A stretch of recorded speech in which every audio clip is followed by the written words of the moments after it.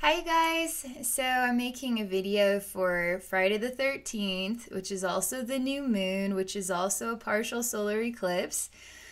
And I'm going to go ahead and connect with the infinite universe and share a message with the collective consciousness today. I already took some time. It's actually 7-Eleven. I'm making this video on 7-Eleven. And I took some time this morning to tap into that. And I did some blog writing, which was really fun for me. I'm getting back into writing more. I was writing a lot and then I just totally stopped for a while. And now I'm getting back into writing again.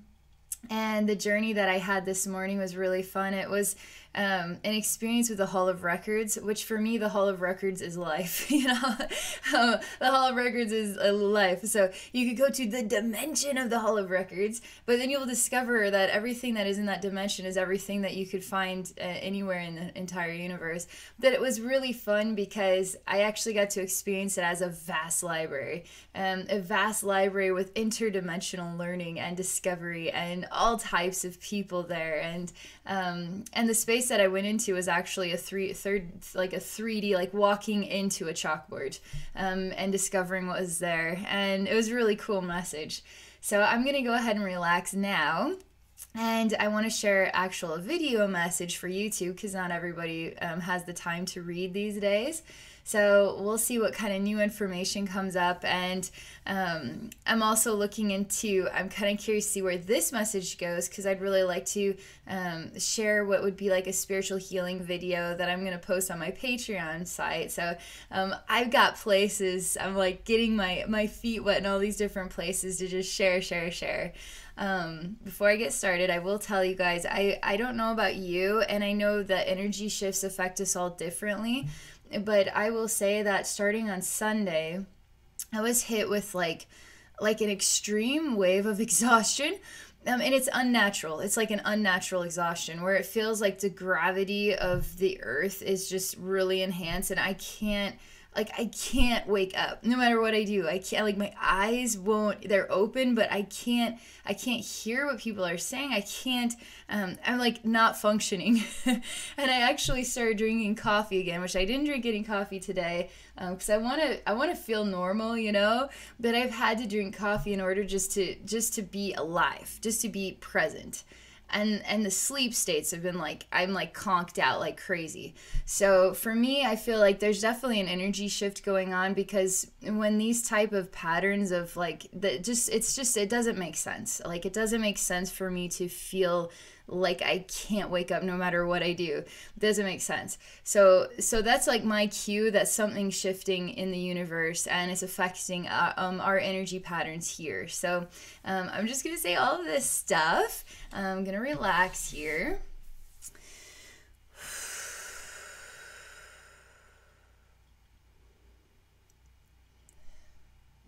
Just relaxing some more, okay? And I'm engaging with the spirit realm. I'm talking to them about my intentions for this message is for the collective, for the viewers of the video, for me, myself, for us all to receive wisdom related to the energy shifting, anything that we could put to use in our day-to-day life, or maybe it will inspire us or help us to see things in a new direction. Maybe it will enhance the way we feel connected with love or each other. I don't know what the message is going to be about this Friday the 13th. Friday the 13th, Nightmare on Elm Street. New moon, partial solar eclipse experience going on here. So let's see what comes back, okay?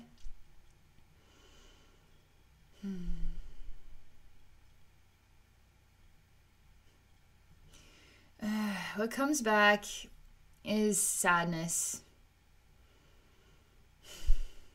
It's a weight on my shoulders, and I see myself. And when I see myself, I'm part of the collective. So this is what the message for the collective is, where there's this experience of a heavy weight on the shoulders.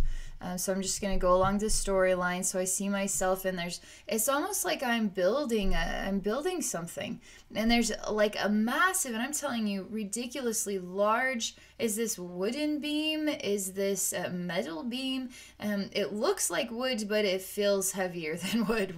And it's massive. It's like insanely massive. And they're echoing to me what is like Amish people. They work together in the community to build each other's houses. They could do it in a day, kind of thing. So everybody works together to build like a barn or to build a house or something like this. And so there's something like people in the community are getting together to build it looks like a place of worship. That doesn't mean it's it's a place of worship, and that can mean any kind of worship. And worship is about love. I'm not a fan of it's got to be this way and only this way. I don't like religions that say this is the only correct way. I like the collective, and the one thing, the universal language that we all have in common is love. Okay, so this house of worship to me is worshiping. Is it worship, or is it congregation? Is it community? Is it learning, discovering about love, working together in order to experience that? But I do see a ridiculously complicated cliffside, and somehow we're building a massive place of worship and congregation, community, on this ridiculous cliffside, but we're doing it. And I am one of these people that is carrying an insanely heavy, and it's almost too hard to carry. Like, I've got the weight of the world on my shoulders, and it's like in the form of this beam that I'm trying to put to build this place of worship. It's heavy and it's exhausting.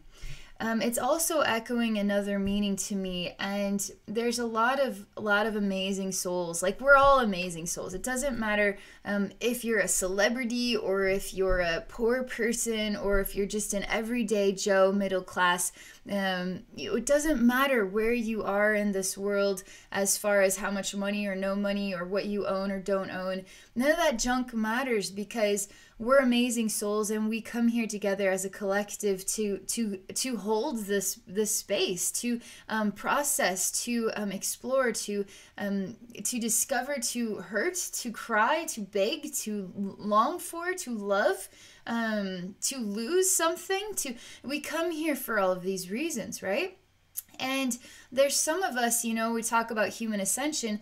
I'm not a fan of jumping on bandwagons either, but I do. Like, this one, I resonate with this really, really big time. I do experience this. I think we can all look back even 20 years ago and see how the world is changing. You could say it's changing for the worst, but in some ways it's changing for the better, because spirituality, for instance, we're starting to become more open-minded to alternative explorations. We're not persecuting each other for being psychic, or for talking about the spirit realm in different ways. And we can actually talk about, the astral visitors that, held us down at night. And we don't need to call the priest in to do an exorcism, but we can actually start to say, well, what is this? Because I'm having this experience too. And I'm having this experience too. And now we're starting to create a library together to start to learn together.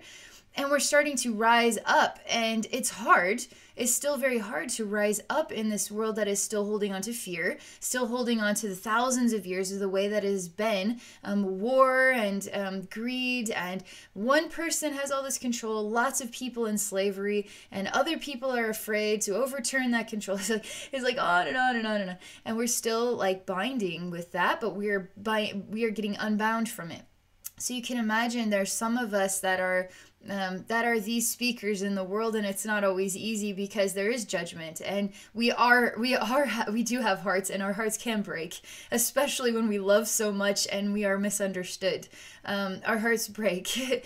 And so when our hearts break, we have to take another deep breath and to stand strong in what we believe in, and to continue to move forward. So we have these super souls that are here too, that are continuing to be like the oxen to pull this weight and help continue to create this bridge to an ascended level, or a reality of the interconnectedness, the love of all, the reality of how special and wonderful we all are. How to come, it has to be so hard.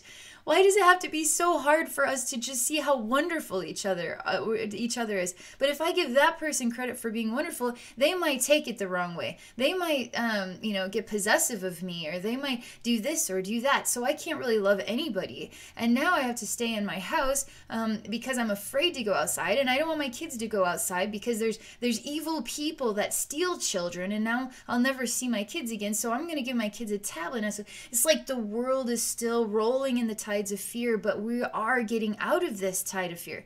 And through all the weird stuff going on in today's world, there's like a lot of open-mindedness out there, but it's like, what really is the right direction? You got to hone into love. You got to hone into love. So that's always the vibration that manifests the wisdom. And oftentimes the pathway to enlightenment is the hardest pathway of all.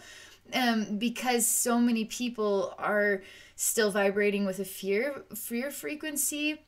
And so if it's too much about love, and it's not enough about the reality and this conspiracy, the evil, it's still like we can't accept something so pure. We can't accept a reality that we can choose a world of love or choose a world of fear. Like there's so much going on here about carrying that weight, trying to build a place of community and congregation, an alternative side of religion, a religion where we just share ourselves, where we just appreciate each other, where we just simply are emanations of love.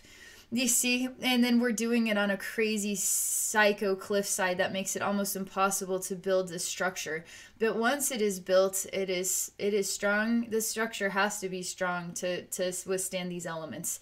And there's people with extraordinary hearts and extraordinary souls doing as much as they can, working as hard as they can to help with the building of this, so that more people have a place to go where they can feel warmth and welcoming. You see what this is about? And we're talking about the Nightmare on Elm Street, Friday the 13th, new moon, partial solar eclipse, energy right now. That's what it's talking about. That's what it's, a universe, spirit realm, whatever you want to call it. The frequency of now is expressing this message to us. Okay? I say, I'm like trying to haul this. I'm like an oxen. I mean, it's just insane. It's just like, it goes forever, this like massive block of wood or something on my shoulders, and I'm like an oxen, and I'm walking up a really steep cliff to put it up here, and I can't do it.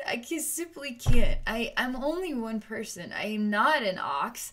And if I was an ox, I would be breaking down on top of it. I need help. I simply need help. So I collapse, and I can't carry this big block of wood. This is interesting because it's emanating the Jesus story where he has to carry his own cross, and it's sort of carrying the weight of all of our sins is what they would define it in the Catholic religion. But it's a heavy. I feel like it's carrying the burden of his choice to be a powerful emanation of love in a world that was afraid. It is retarded. I can't use that word. It is ridiculously hard to carry the weight of being an emanation of love in this world, in a world that is afraid. And I use the wrong words sometimes, and I am going to get persecuted for that. And I don't mean it. And I'm trying to speak in a way that is appreciated. So there's something about this, and I can't do it. So this block is on the ground, and I'm exhausted. And in this place, I actually lie on the ground, and I'm sort of falling asleep. And it's not as if anybody sees me or is coming to help me. I don't experience anything of that kind. I just experience myself lying directly next to this extraordinary beam, and I'm falling asleep here.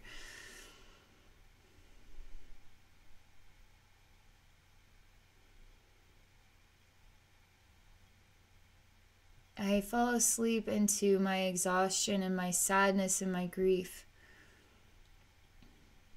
And I tell God, I tell the Lord, I say, I cannot carry this burden alone, and I can't do it anymore by myself. And I won't do it by myself anymore. And if you have a problem with that, then that's your problem. I'm giving this concern, I'm giving this issue, I'm giving my exhaustion to you in order for you to process it and now manifest help. I fall asleep in a place of darkness, although there's sort of a light, a spotlight upon me, and then the Lord or God is in the dark watching. But it's love. Love is in the dark. The dark, people will say the dark is evil. But if it weren't dark at night, we wouldn't be able to appreciate the stars. We wouldn't be able to appreciate Aurora Borealis. So dark is love too. Dark is beautiful too. Really, it is twisted love that is evil. And twisted love that is evil can be full of light as well. And full of color. And it can be deception. It can be manipulated. It can be anything. And so being in a dark space does not mean evil. It just simply means the lights are out and God is in the shadow. That there is love in that shadow and the spotlight is upon me. And I'm weary, and even in this place I seem to fall into a deeper sleep. This one, there's hate, there's hatred, there is so much suffering. I experience my soul being ripped apart by other souls who are afraid. And in their fear, they now judge. And their judgment now puts their fear into my soul. And when their fear is in my soul endures the torment and the agony in order to prove some version of a point that is correct in the eyes of fear, and those who believe in fear. Those who believe in fear will speak the word of God, and people will believe them in the frequency of fear. And it has nothing to do with love. And they show me extraordinary souls that have spoken the word of love and have been ripped apart, burned, tortured, mutilated, and in the name of God. They show me a house of worship, and they ask me what the word worship means to me. When we don't love each other,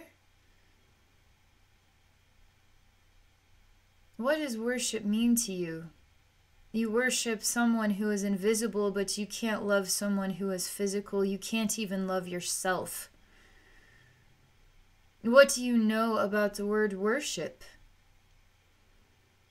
What do you know about love? I see God, an emanation of God's coming out of a massive cloud, and I see a lightning bolt strike this house of worship on the cliff. I start to wake up next to a heavy beam, and it is raining. Nothing has been destroyed. All the people are gone. I feel inspired still to complete this work, and complete this work as in what I believe it means to myself. I realized that the house of worship to me was my own idea, but it wasn't everybody else's idea. Some of them believed they were creating a church, or some were creating a temple, and some were creating a house. And, so I carry this beam up the rest of the hill. I'm all alone. The ground is saturated with water, so in places where there's rocks, there's also grassy mud, and my feet kind of sink in there.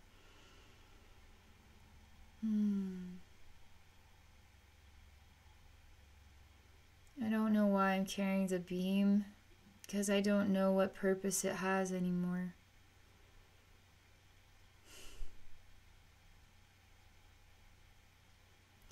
Oddly enough, I stand the beam up straight. There is no roof beam to attach it to. It's just straight up on the ground. I didn't even put it into the ground. It's just standing straight up. I see light coming out from behind the clouds, and it's no longer raining. I hear birds chirping. I ask the question, maybe the collective, parts of the collective each had a dream of their own kind, and put that dream into creating something that we weren't creating together, but we were creating it for ourselves. And perhaps that's why it didn't work out. Because if we are going to create a structure or create a dream or create a manifestation of something, we have to be on the same team, or we have to be in the same frequency of that dream. Otherwise, it loses itself in translation, the meaning. I started to see that this house of worship just doesn't make sense anymore. And in a way, I'm okay with it falling apart. All this hard work falling into the ocean is really just on a cliffside. There's an ocean down here. And I just don't care. But God says, no, you'll find these boards get stronger with time. And even this board here that you've carried, I mean, it's a massive block. And it's sitting upright, and it's not even in the ground. But he says that it will always stand there and nothing will break it down. He says sometimes we have a different sight or a different view of what love looks like, but in the end, it all comes from the same place. If we translate love into different ideas, it's still love. And each one of these boards is a soul that put love into a dream that created the house of worship. And I am pleased by it. It's not even a completed structure. It's nothing on the inside.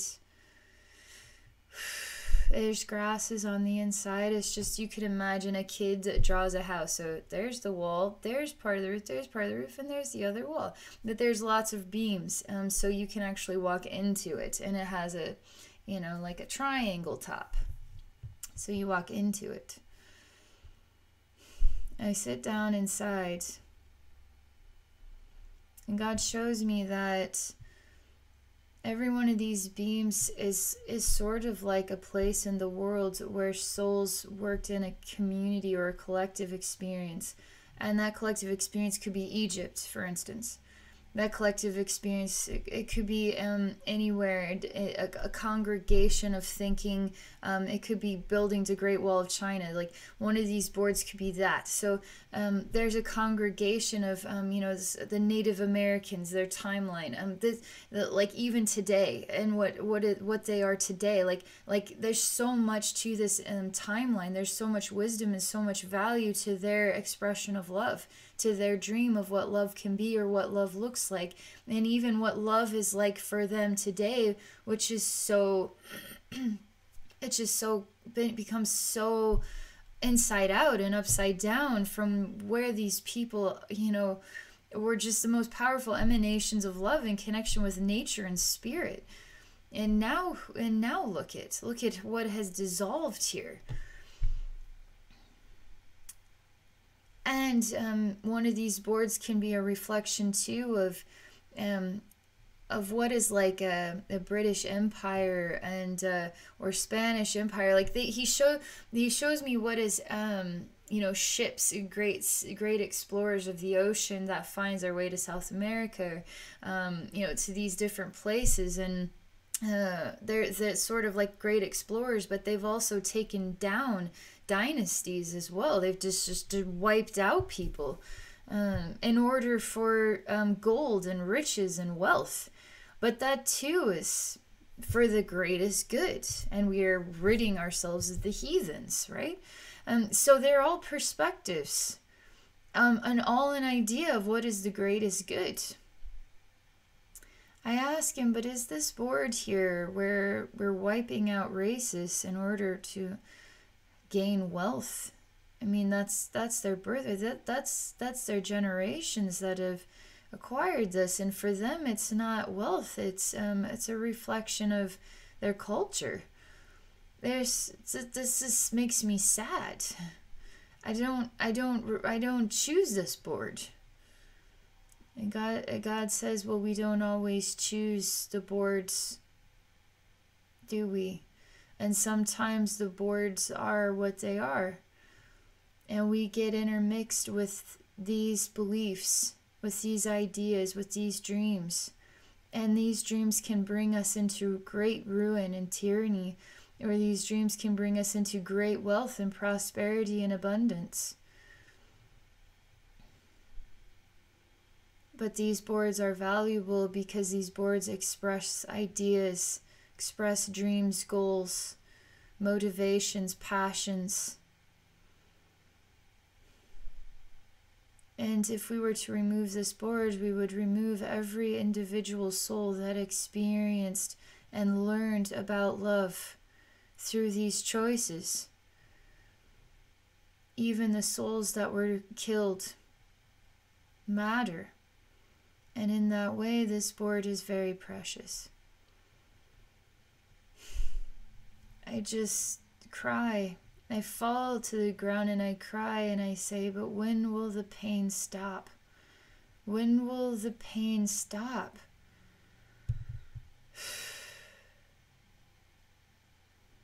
Thought comes to mind that I will leave this place, but I say no. This is my earth. This is my library. This is my place of expansion and wisdom. And I will continue to stand firm with my version of what love means to me, as best as I can define it in this English language.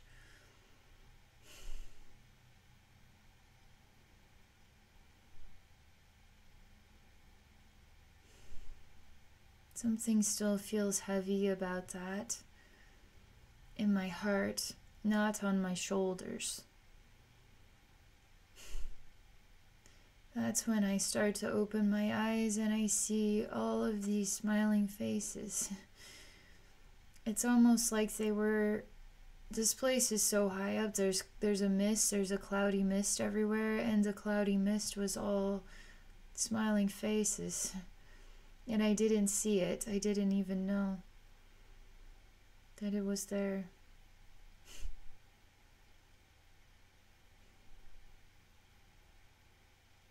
And for the first time I realized that all of the heaviness in my heart,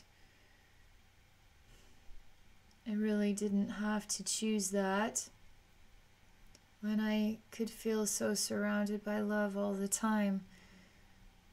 And love for me, love for my choices, love for the way I express myself, love for me when I try so hard but don't do it right, love for me when I do it right, love for me for everything that me is. Just like love for every one of these boards, whether it was a dream that was twisted, a dream that ripped families apart, or dreams that brought families together. Each one of these boards is full of memories, and each memory is precious. And it doesn't matter if it is evil or if it is good or how you want to define creation.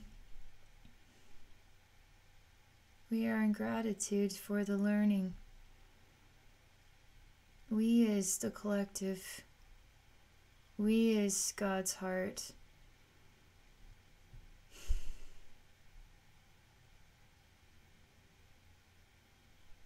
And God's heart is also me.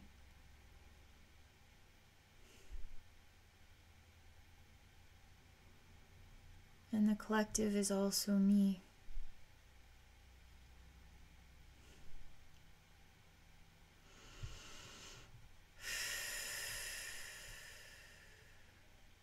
So I say, okay, I'm gonna go now. I feel like I've experienced all I can experience for this. The sun is out and it's very bright.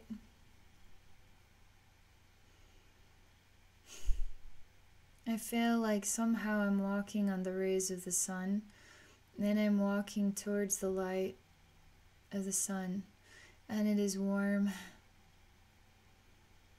and it feels like it is full of so many rays, and each ray is like a happy face, is a face of love and gratitude. is the collective, is God's heart, is so much. Is planet Earth, is all of our dreams, all of our hopes, is everything. And I'm a part of it. And that's what makes me special.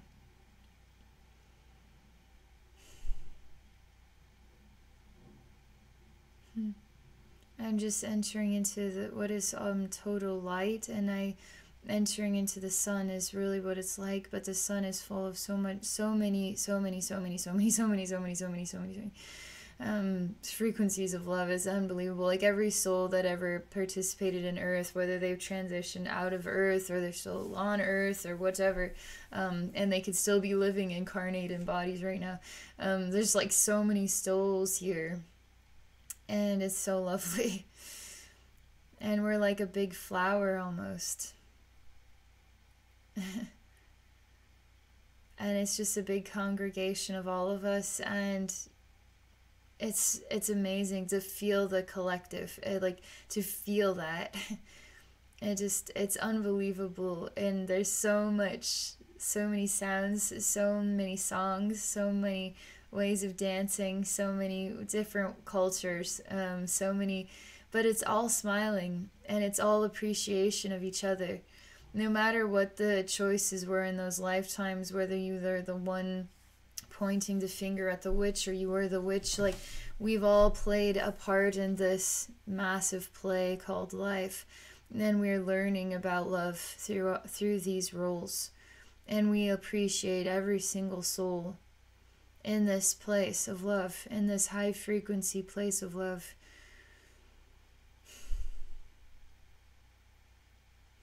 And that's it. That's the message.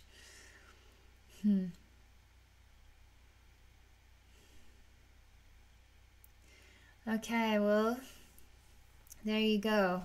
That was really fun. That was really, really deep too. It's hard for me to end these because it's like I go so far outside of myself, and I can feel so much. And when I go back to being human, it sort of confuses me. so I have to come bring this to a close somehow. I just want to thank all of you for all your support on my YouTube channel, and it really means a lot to me. And I just wish all of you all the best. And if any of you would like to connect with me one-on-one for a psychic session, please visit me at my website at abbynormalswisdomquest.com. Thank you, and have a great day.